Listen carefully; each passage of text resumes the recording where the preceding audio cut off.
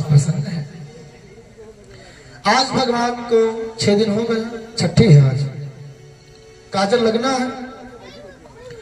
अब सुनंदा बुआ ने काजल लगाया, नंद बाबा ने हाथ में आया वही दिया। बहन बोली भैया मुझे धन की लालसा नहीं है, इतना आपने दे दिया कहाँ रखेंगे, जिन पावा राखा नहीं ताऊ। इतना दान किए हैं नंद बाबा कि जो पाते हैं वो भी अपने पास नहीं रखते हैं, तो बहन जी ने कितना पाया होगा। मुझे तो केवल आपके कुशल मंगल की कामना है, आप प्रसन्न रहो सपरिवार, यही मेरी कामना है। छठी का दिन है, कंस के यहाँ तो अशांति है, इधर तो उत्सव है, कहीं खुशी कहीं गम संसार। कंस थक गया, नंद बाबा के यहाँ कोई भी राक्षस आने के लिए तैयार नहीं है, और जितने ब्रज के छोटे छोटे बच्चे हैं सबको मार दिया गया। जिसकी रक्षा भगवान ने किया वो तो बच गया। पता लगा नंद बाबा के यहाँ भी उसी रात में लड़का हुआ है जब यहाँ कन्या हुई थी देवकी को। लेकिन नंद बाबा जमींदार आदमी है, धन भले कम है लेकिन जनबल बहुत है। तो ऐसा कुछ बल होना चाहिए कि लोग सम्मान करें और अनावश्यक सताने से डरे। नंद बाबा के पास जनबल था, कंस की हिम्मत नहीं हुई नंद बाबा के यहाँ सीधे आक्रमण करने की। अनेकों उपाय किए, कोई सफल नहीं हुआ। बकासुर एक राक्षस था, कंस के यहाँ रहता था, उसने कहा मेरी बहन है पूतना, वो बड़ी मायावी है। बुलाया गया पूतना को, विशाल राक्षसी आई। कंस ने कहा तुम क्या कर सकती हो, जैसे जाओगे सब भड़क जाएंगे, ग्वाल बाल भगा देंगे तुमको मार मार करके। पुतना ने कहा मुझे नहीं जानते महाराज। तुरंत कंस के सामने सुंदर स्वरूप बनाया, बोली मैं ऐसे जाऊंगी। कंस प्रसन्न हुआ, हरा हल जहर लगा करके पूतना आज नंद बाबा के भवन की ओर चल दी है। उधर जो छठी मनाई जा रही है उसी उत्सव में पूतना भी सुंदर स्वरूप में शामिल हो गई। उसका स्वरूप कितना सुंदर है, वल्गु स्मितापांग विशोग वीक्षित मनोहरंती वनिता प्रजौकशा अवंसता भोज करेण रूपिणी गोप्या श्रियं दृष्टुमिवागता पतिम्। सुंदर मुस्कान बिखेर रही है, बढ़िया पान खाए हुए हैं, सुंदर साड़ी है, सुंदर स्वरूप है, मटकती हुई चलती है, छम छम पायल बजाती हुई, कमर पर हाथ धर करके ऐसे चलती है मानो सबको मोह लेने के लिए आई है। और सभी ब्रजवासी मोहित भी हो गए, क्योंकि बाहर स्वरूप देख करके लोग भ्रम में पड़ जाते हैं। माता सीता पड़ गई, श्री हनुमान जी महाराज ज्ञान नाम अग्रगण्य, ज्ञानियों में अग्रगण्य, वे भी कालनेमी के स्वरूप को देख करके मोहित हो गए। तो स्त्री का अगर सुंदर स्वरूप हो तब तो मोहित होना आसान हो जाता है, सब मोहित हो जाते हैं।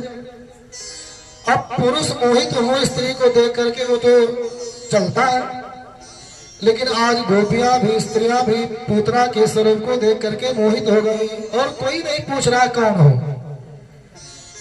सब कहते हैं कि हम तो पूरे ब्रज में दूध दही बेचने जाती हैं, और ऐसी स्त्री तो मैंने कहीं नहीं देखा, इतनी सुंदर, अपने ब्रज की नहीं, लगता कहीं बाहर से आई है। तब तक एक गोपी बोल पड़ी, गोप्या स्त्रियम दुष्ट विवागता पतिम। मुझे लगता है कि नारायण बालक बन करके आए हैं, और नारायण की पत्नी लक्ष्मी जी स्त्री का रूप धारण करके अपने पति का दर्शन करने आई है। गोपी ने कहा हाँ तुम ठीक कहती। सबने अंदर जाने दिया, अंदर पहुंच गई जहां पालना बिछा हुआ था। यशोदा मैया बालक को दुलार रही थी। पूतना पहुंची और बालक को देख करके दुलारने लगी, पुचकारने लगी। यशोदा मैया ने कहा बहन तुम बालक को देखो, थोड़ा मैं काम कर लो। और यही चाहती थी पूतना। यशोदा मैया थोड़ा सा इधर उधर गई।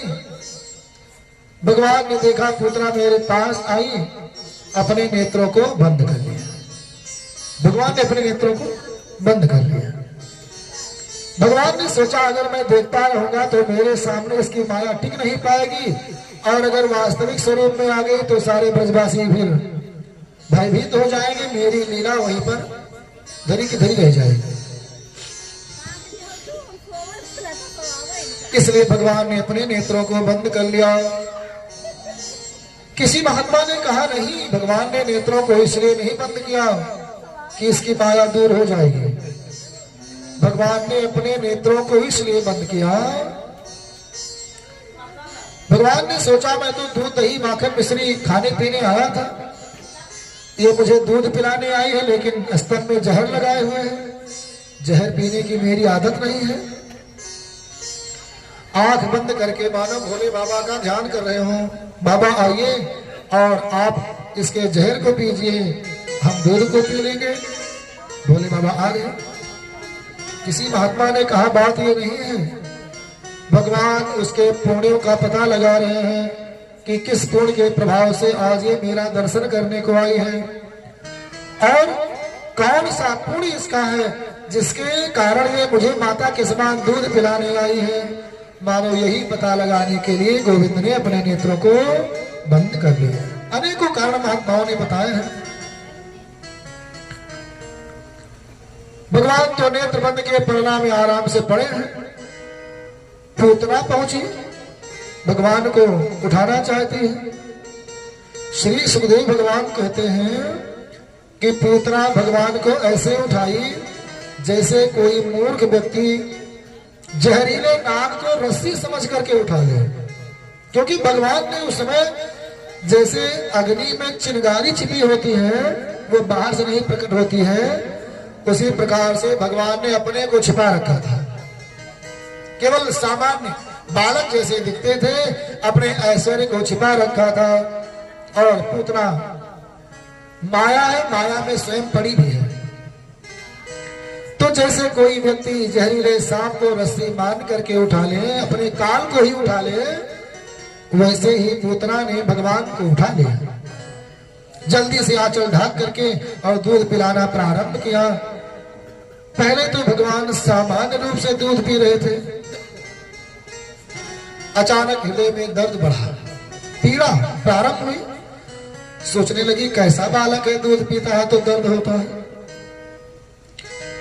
जब पीड़ा असह्य हो गई तब इसने सोचा लगता है कोई साधारण बालक नहीं है, ये अवश्य ही कंस का काल है। जल्दी से इसको कंस के पास पहुंचाती हूँ, देखा जाएगा पीड़ा होगी तो। अति शीघ्रता से वो आंगन के रास्ते आसमान में उड़ी, अपने वास्तविक स्वरूप को प्रकट किया और जहाज के समान, बड़े विशाल विमान के समान भगवान को अपने स्तर पर चिपकाए चिपकाए लेके उड़ रही है। अब पीड़ा बढ़ रही है, बार बार कहती है हे छोड़ दे छोड़ दे, अपने हाथ से उसने छोड़ दिया। भगवान ने धीरे से कहा पूतना मौसी, मैं किसी को पकड़ता नहीं हूं, और अगर एक बार मैंने पकड़ लिया, अपना भक्त बना लिया तो फिर छोड़ता नहीं हूं। अब मैं तुम्हें कैसे छोड़ दूं बिना तुम्हारा उद्धार किए। पूतना आश्चर्य में पड़ी, छोटा सा बालक बोलता भी है। तब उसको विश्वास हो गया कि यह कोई बालक नहीं, ये तो कोई अवतार है। भगवान ने देखा पूतना नगर के बाहर आ गई है, अब ये गिरेगी तो घर द्वार नष्ट नहीं होंगे, क्योंकि 6 कोस का शरीर है, 3 कपड़े का उसका शरीर। जब ब्रज के बाहर आई, गोकुल के बाहर आई, भगवान ने सोचा इसके आगे जाना ठीक नहीं है, क्योंकि जमुना जी है, फिर मथुरा जी आ जाएंगे। भगवान ने अपना पावर ब्रेक प्रयोग किया और पूतना के प्राण को खींच लिया। वह मृत्यु को प्राप्त हुई और निर्जीव होकर के धड़ाम से गोकुल के बाहर उन वृक्षों के ऊपर गिर गई। बोलो श्री कृष्ण कन्हैया लाल की जय हो। सारे पेड़ पौधे चकनाचूर हो गए। यशोदा मैया ने देखा कि एक विशाल राक्षसी ऊपर से जा रही है, भाग करके आंगन में गई, पालने के पास देखा बालक नहीं है, समझ गई बाहर दौड़िए, गोप ग्वाल लाठी भाला बंदूक लेकर, लाठी भाला जो कुछ था लेकर के दौड़े। जहां पूतना पड़ी हुई थी वहां पहुंचे, देखा विशाल राक्षसी पड़ी। जब इतनी लंबी है तो ऊंचाई भी काफी रही होगी। डंडा लाठी लगाया, सीढ़ी बना करके चढ़े तो देखा भगवान उसके स्तर पर खेल रहे हैं। उतार करके यशोदा मैया को दिया। यशोदा मैया बालक को लाई और अपने आंसुओं से बालक को भिगो दिया। अभी तक तो कष्ट में रो रही थी, बालक को देखा तब प्रेम में रोने लगी। अपनी अश्रुधारा से बालक के शरीर को भिगो दिया। घर पर लेकर के आई, गाय के पूंछ से भगवान को झाड़ा लगाया। गाय का पिछला भाग पवित्र माना गया है, उतना पवित्र मुंह नहीं होता है। शास्त्रों में वचन है कि विप्रस्यांग्रि गवां पृष्ठं योगिनां वृक्कवेवचः।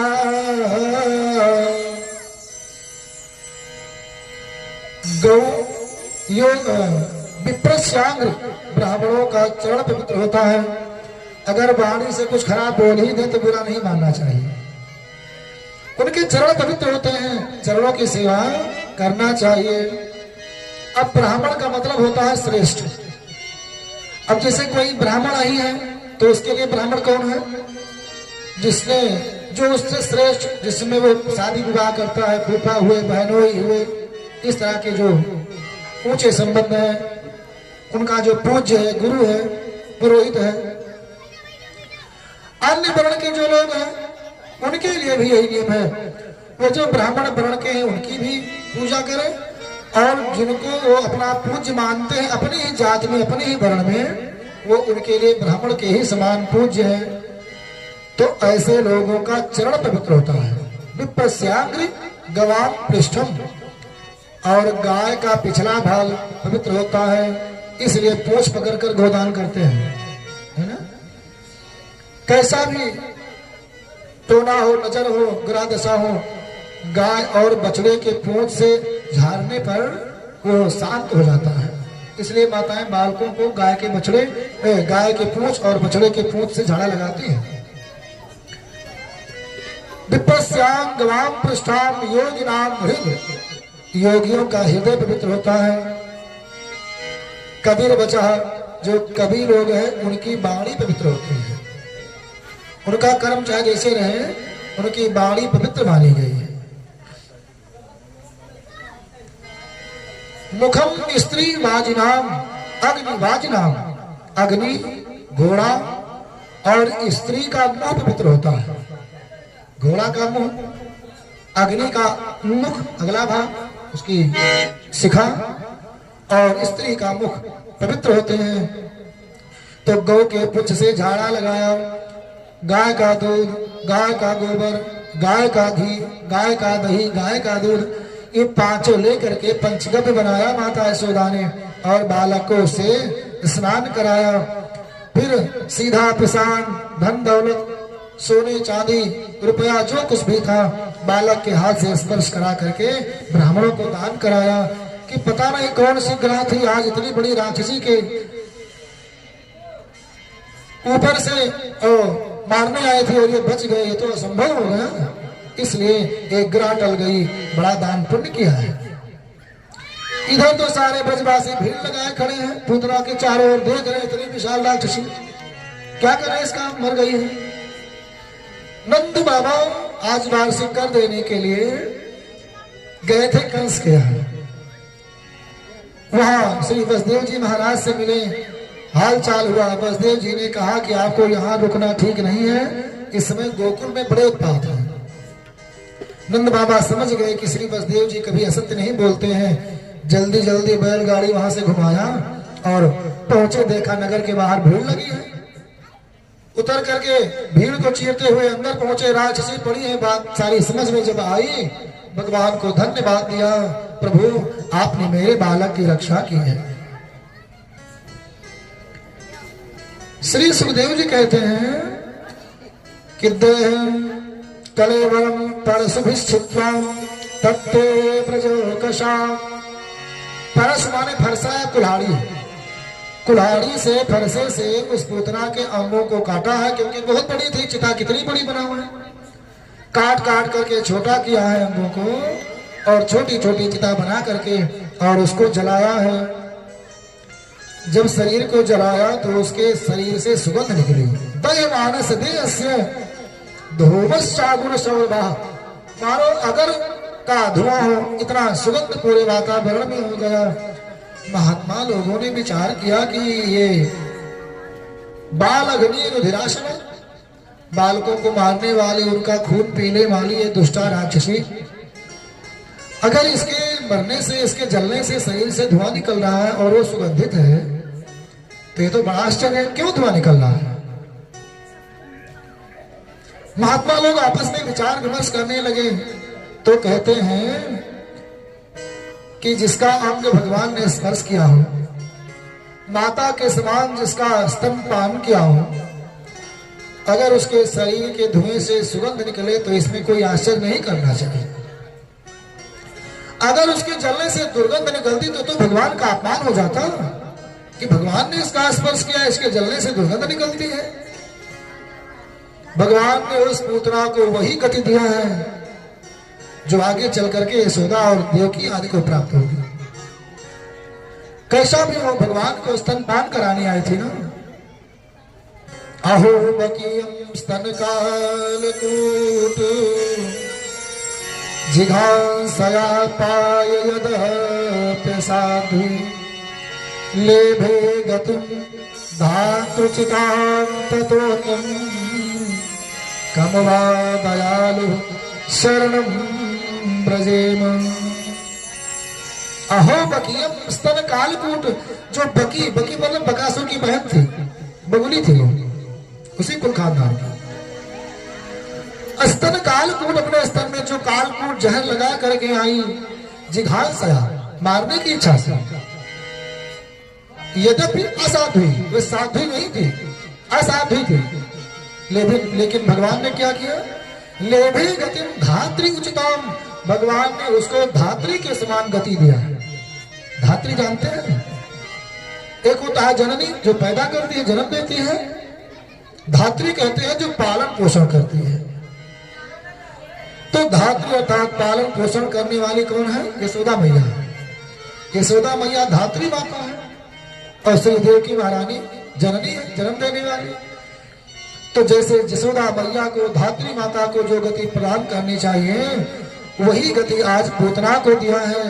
कम वा दयालु शरणं ब्रजेम, संसार में ऐसा दूसरा कौन दयालु है और किसकी शरण ग्रहण करें, संसार में ऐसा कौन है, अर्थात कोई नहीं। बोलो भक्त वत्सल भगवान की हरि शरणम, हरि शरणम। पुत्रा को गति दिया भगवान ने, देवी यशोदा ने भगवान के नामों को ले ले करके और उनके अंगों की रक्षा की। इंद्रियाणि ऋषिकेशः प्राणान् नारायणोऽवतु श्वेत दीप प्रतिष्ठितम् मनो योगेश्वरो वतु। यशोदा मैया कहती है कि मेरे बालक की प्राण की रक्षा ऋषिकेश भगवान करे, इंद्रियों की रक्षा ऋषिकेश भगवान करे, प्राणों की रक्षा नारायण करें। श्वेत दीप पति वाले भगवान मेरे बालक की मन की रक्षा करें। गोविंद खेलते हुए रक्षा करें, दामोदर खाते हुए रक्षा करें, माधव सोते हुए रक्षा करें, चलते हुए वैकुंठवासी भगवान रक्षा करें। मतलब भगवान के नामों से ही भगवान की रक्षा कर रही है यशोदा मैया। इसका क्या मतलब है? इसका मतलब केवल और केवल एक है कि राम से बड़ा राम का नाम। राम ने तो केवल कुछ ही पापियों का संहार किया, लेकिन नाम अमित खल अधम अधारी, नाम ने अनेकों पापियों का उद्धार किया है, असंख्य पापियों का उद्धार किया है। तो भगवान का जो नाम है वो राम से बड़ा है। जब समुद्र पर सेतु बंधन हो रहा था तो श्री राम जी ने सेतु बंध श्री रामेश्वर जी का स्थापन किया। इधर देखा सब बानर लोग राम राम लिख करके पत्थर तैरा रहे हैं। भगवान को आश्चर्य हुआ कि मेरा नाम लिखते हैं और सारे पत्थर तैर रहे हैं, ला हम एक पत्थर तैरा दें। एक पत्थर चुपके से उठाया, लेकिन श्री हनुमान जी महाराज देख रहे थे। हनुमान जी ने देखा, श्री राम जी के पीछे पीछे चुपके से गए। राम जी ने एक पत्थर जो उठाया था उसको ले जाकर के उस समुद्र में किनारे डूब से डाल दिया। जैसे डाला तैसे वो पत्थर डूब गया। अब इधर उधर देखने लगे, किसी ने देखा तो नहीं कि बंदर लोग पत्थर डालते हैं तो तैर रहा है और हम डाल दिए तो डूब गया, तो हमारी महिमा क्या रह गई। सब और देखा, पीछे देखा हनुमान जी खड़े हैं। राम जी मुस्कुराने लगे। हनुमान जी महाराज समझ गए। राम जी से बोले, प्रभु पहली बात तो आपका नाम आपसे बड़ा है, हम आपका नाम लिखते हैं, स्पर्श करते हैं, नाम लेकर के डाल देते हैं, तैरता है पत्थर। और दूसरी प्रमुख बात यह है कि जिसको आप अपने हाथ से छोड़ देंगे, त्याग देंगे, जिसका त्याग कर देंगे, उसको तो डूबना ही है। जिस पत्थर को आपने अपने हाथों से छोड़ दिया, त्याग दिया, वो तो निश्चित ही डूब जाएगा। हे प्रभु, इसमें कोई आश्चर्य की बात नहीं है। राम जी बड़े प्रसन्न हुए। हनुमान जी, तुम बड़े बुद्धिमान हो और मेरी प्रशंसा करने का अवसर नहीं चूकते हो।